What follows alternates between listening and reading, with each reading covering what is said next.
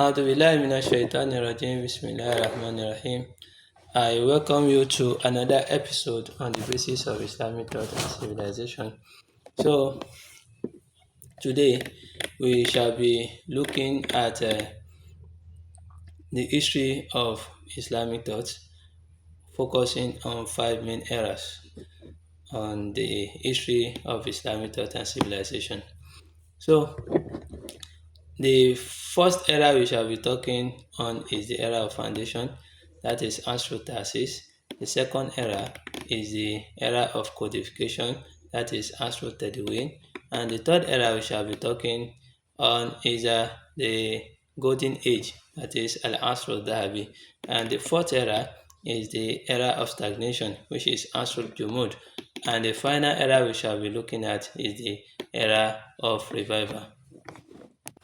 As-Nahdati wa-Tajdid. As we all know that the core principle of Islamic thought and civilization is Iqra, to read. So Islam made knowledge and thinking an act of worship. So the concept of thought was never separate from action or civilization, because the goal of we being on earth is, the first one is to worship Allah, the second one is tadhkiyatu al-insan, and the third one is imaratul ard. So these are the three goals. So now we are not on earth to worship Allah alone. We are also on earth to develop ourselves, and we are also on earth to manage the earth. So these are the three goals why we are on earth. So therefore, the first era of Islamic thought is the era of foundation, that is Astrotasis, that is from the first age, that is the first year of Hijrah till the 40 of AH, that is from 622 to 661 CE. So here, the source of Islamic thought then is the Quran, is direct from the Prophet, is the Quran and the Sunnah. That is, there is wahyu and there is prophetic application. And also, the only challenge that they were faced during that era is the building the first Muslim state. So that is the only challenge they faced. And what was the response of the Muslims that were living during those eras? Is that they used the Quran, the Sunnah, Shura, and to build the first Muslim state.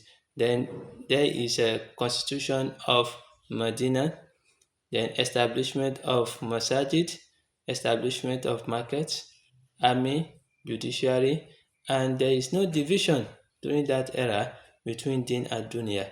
So they believe the Din and the Dunya, they are the same during that era. That is their key achievement.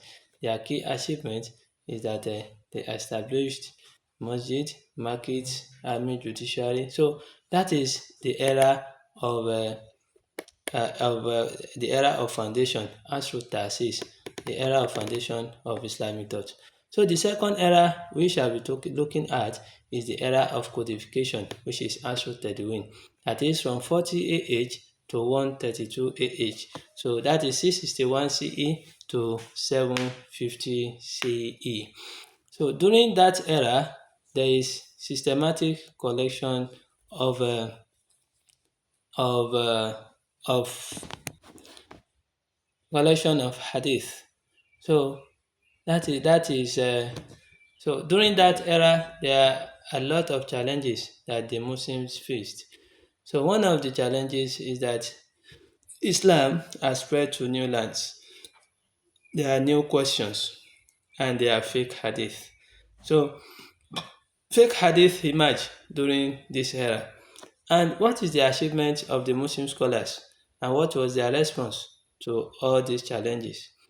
Their response is that they uh, collect the Quran, the Hadith, Tafsir al-Fiqh, They documented all this. And we have some scholars that emerged during that era. So the likes of Imam Malik, the likes of Abu Hanifa, the likes of Al-Zuhri. So it was during that era that different madhahib that they emerged.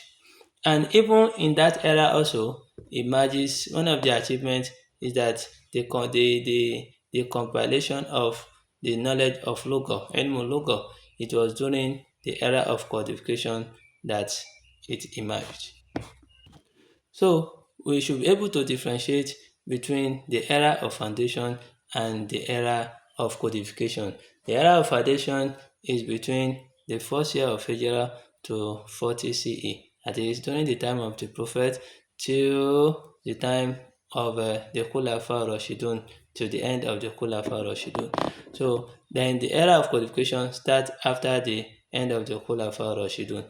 So it was during that era that different scholars they emerged. So different scholars emerged. So the era of the Tabi. So that was when different scholars emerged. So that I mentioned Imam Malik, Imam Abu Hanifa, so and Al-Zuhri. Then the third era, which is the golden age of Islam, that is Al-Asr al-Dahabi, that is from 132 AH to 656 AH. So that is from year 750 to 1258 CE, Christian era. So during this period, this is the era of creativity and ijtihad. So the scholars they are creative during this period. So they use their thinking effectively during this period. So during this period is the period of translation, is the period of original production. However, there are challenges. The challenges that the Muslims have then, the Greek, they have the challenges of the Greeks, the Greek civilization, the Persian civilization, the Indian civilization, and the Indian philosophy. So how they are going to learn all those things and they are going to add and to Islamize it. This is the challenge that they have during that era. So and how did the Muslims during that era respond to this?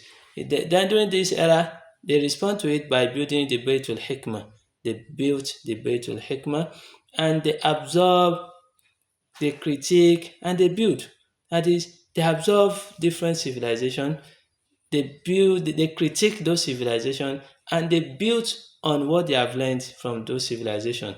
That was when we have during that era we have the peak of science, which is from the outcome of the intellectual efforts of the Muslims. The peak of science, philosophy, medicine, maths. So and that was the achievement of the Muslims during those era, during the era of during the golden age era. So and then you have different cities that were developed that were at the peak of civilization, such as the Baghdad, Cordoba, Cairo. So Cairo was the capital city of knowledge during that era.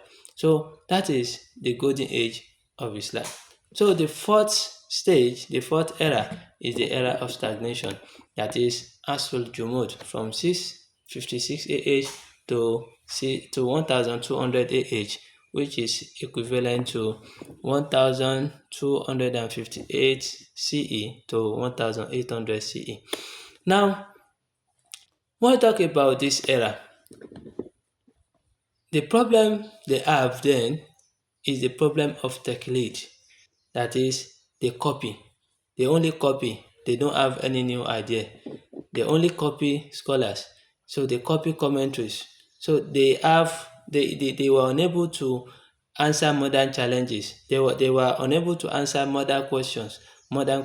So during that period is the period of stagnation, whereby the scholars they only depend on what the previous scholars have done from the time of the prophet to the time of Ashur Tedwin to the time of the golden era. They have nothing to add to it. That is why it is called Ashur Jumud. So and they have their own challenge. What is their own challenge? That is, those some people they invade them. They were invaded by the Mongols. They were invaded by the Crusaders. They were invaded by the colonial masters. So then, what was their response to this? What was their achievement? The only achievement they had is they were defensive. They were a defensive approach to these problems. They closed door. And that was when they closed door of Ichihad. They closed the doors of Ichihad, and also they were able to preserve the knowledge. They were able to preserve the knowledge that they received from the previous eras.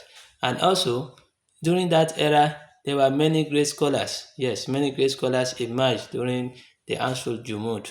However, despite being great, there is less innovation. They were not creative. They can't innovate. So that was and during that era, there are a lot of madaris. There is rise of madaris. Many schools emerged during that era. However, the problem is that the scholars then they were not creative. That was why it was named Asrul Jumud. And the last era, which we are going to be talking of, is the era of revival. That is Asrul Nahadoti what Tajdid.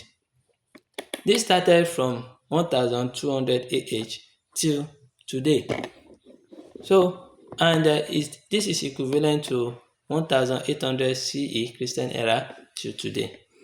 And what happened? That is the reformation of our understanding about the Deen. So, the scholars during this era, that is the era of Tajdid, what they did is that they went back to the Quran. They move back, they go back to the Quran, and they bring out the vital knowledge that is contained in the Quran and the Sunnah, and they use it to address modernity. They use it to address modernity. However, there are different challenges that those people the mujahideen in this era that they are facing. One of the problem is the problem of colonization. That is the first problem. The second one is secularism. Yes, that is the second. Then the third one is the problem of technology. However, during the era of Asrul Nahdati wa Tajdid, the era of revival, then we have uh, different scholars who emerged. So we have renewal movements. So those people that says we read Islam for modern problems. So and we have a lot of scholars that emerged. Among them is Al-Afghani. Among them is Muhammad Abdu. Among them is Iqbal. Among them is Hassan al-Banna.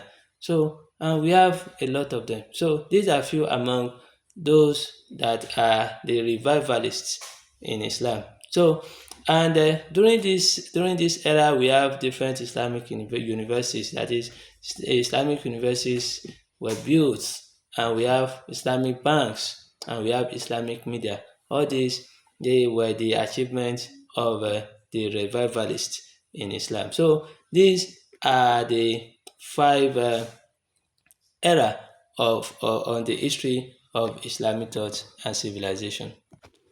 So as a student of knowledge, we have to know that Islamic thought has response for everything happening in our modern society. So when there is a problem, a challenge, then we must think as a Muslim. We put it under the Mizan of Sharia, the scale of Sharia. We use it to find an Islamic solution to the problem. And when we do that, then the product will be civilizational in nature.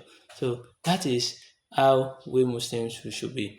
So we Muslims, there is need to renew our understanding about Islam and the application of text, the application of text to reality in our modern day society.